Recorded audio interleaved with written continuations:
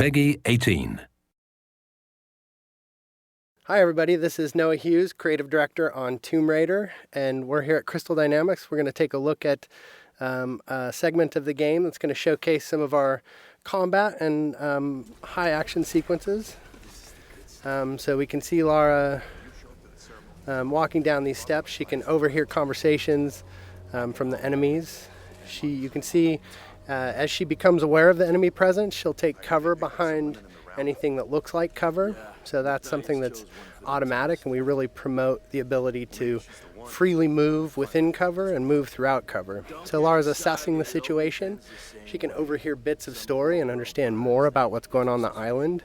But most importantly, she can sort of use brains as she approaches this situation. She'll take out one guy. We can see that the enemies are reacting, so they're creating cover for themselves, reacting to her situation. Another guy's trying to flush her out of cover with the Molotovs. This is just an example where we really try to make the AI adapt to the situation, but also promote movement from the player so that they're not just stuck behind cover and playing sort of pop and shoot cover games. We really promote that movement. So we can see Lara approaching here. She's got her a new gear element, the rope arrow. She's able to create her own zip line. And with the shotgun and the zip line, she's now back to an area she had been before, but able to access spaces that she had never been able to get to. Are you there? I'm here, Sam. Are you okay? What do they want with me, Lara? A fire ritual? This is so fucked up. Listen, I'm coming to get you. I'm going to get you out of there. Please help me, Lara. I promise. I promise, Sam. Hey, she just... Oh no! Sam! No! Sam! Help me, Stay please! away from her, you bastard! Stay away!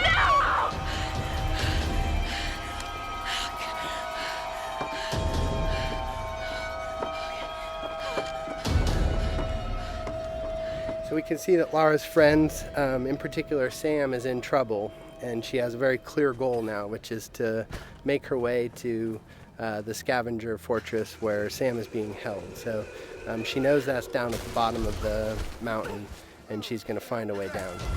I don't know. Another part of the plane? Keep working. I'll go check it out.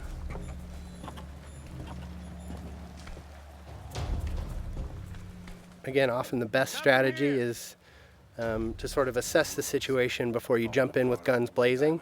Of course, you're always welcome to just open fire, but the game really promotes sort of that tactical approach in some situations. So Lara's able to wait till she has a clear vantage of the situation without being spotted by the enemies. She sees an opportunity in the fire, and she's able to open combat by really decimating the enemies with the environmental opportunities and then finishing off any stragglers.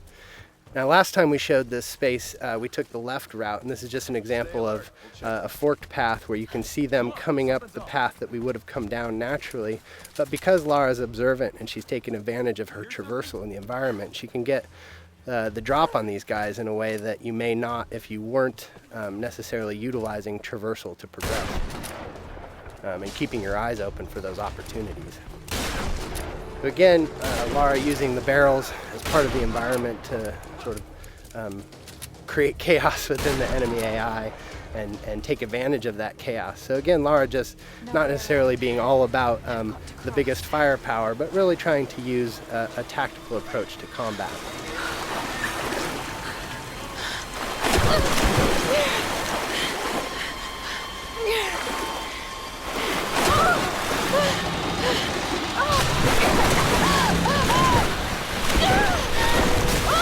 As is often the case, Lara's intended path down the mountain isn't necessarily where she ends up. So we could see an example of sort of a brutal death as Lara misnavigates the situation in the flood here. And we try to create these spikes of intense moments where maybe plan A doesn't pan out and Lara's forced to deal with plan B.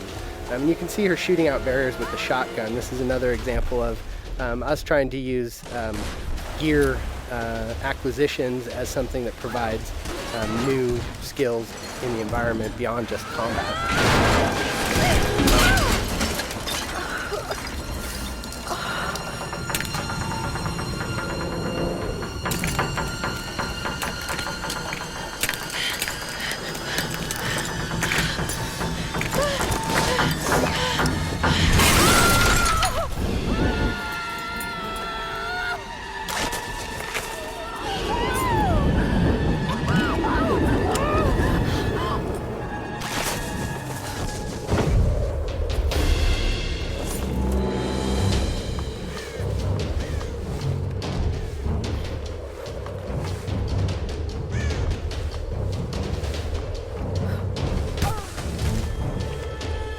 see that Lara's been able to adapt to this turn of events and managed to find her way down the mountain, but is a little bit worse for wear, having gone through a pretty traumatic descent. So we see Lara sort of shaken from the experience, and ultimately this is really just awakening injuries that have started since the beginning of the game. You can see her side is already bleeding from experiences she had when she first washed up on the island, and that's just been made worse by her traumatic descent.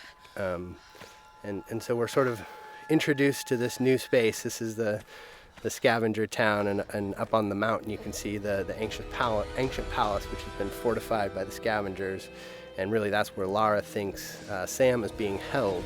And so her goal, Sam and the others, so her goal is to really make her way into that palace. But you can see that she really is sort of feeling the effects of the fall, and as she stumbles her way into this new space, we realize that Lara is indeed worse for wear and has limited traversal capabilities. So you can't necessarily climb from roof to roof like you might if you were in the best of health. So Lara is really forced to sort of in a position of vulnerability to sneak her way towards the medical chopper that she saw, and hopefully find some supplies that are going to help her deal with her current situation. I don't know what you're talking about. Please. You are lying. I know you escaped with them. Please. I don't. I need to loosen your tongue. Tell me! So we can take a moment to overhear some of the story. That's always optional, but we try to infuse a lot of the environments with some of the backstory, and that's actually foreshadowing something that will come up a little bit later in the story. So we make our way through this grotesque tunnel, again trying to get to this medical chopper in hopes of dealing with our injuries, but really trying to take a cautious approach and stay away from these nasty scavengers. We're starting to sort of get into the heart of it. This is Lara's journey into the belly of the beast, so to speak, and we really see her sort of having to engage in direct conflict in ways that she hasn't up until this point in the game. So we can assess the situation. The guy on the top was a threat. We see an opportunity with a barrel to soften up the enemies here, but this is an example of a trap. Lara stepped in the wrong place and ended up strung upside down, and that's us just trying to keep the player on edge. We have the enemies, the scavengers, really having a presence on the island here, almost a guerrilla approach to combat, where they sort of take advantage of their home court. So we see combat progress from sort of that opportunity to initiate with tactical opportunities, taking out patrolling guards and exploding barrels, but then ultimately sort of being forced to confront them directly in order to get to her goals. And that's something that Lara is constantly dealing with, is this need to do whatever it takes to survive. And if these guys are presenting a threat to her, she's seen what they're capable of, and they're standing between her and sort of her ability to deal with her wounds. So we're making use of cover in combat. Again, this is the soft cover or fluid cover system that really allows Lara to easily slide in and out of cover without really necessarily sticking in place, and celebrating that ability for Lara as a character to make use of her athleticism and movement as she takes on the combatants on the island. So with our piece of gear, our rope arrow, we've been able to pull our way into the crash chopper here, which is where Lara hopes to find something to deal with her injuries.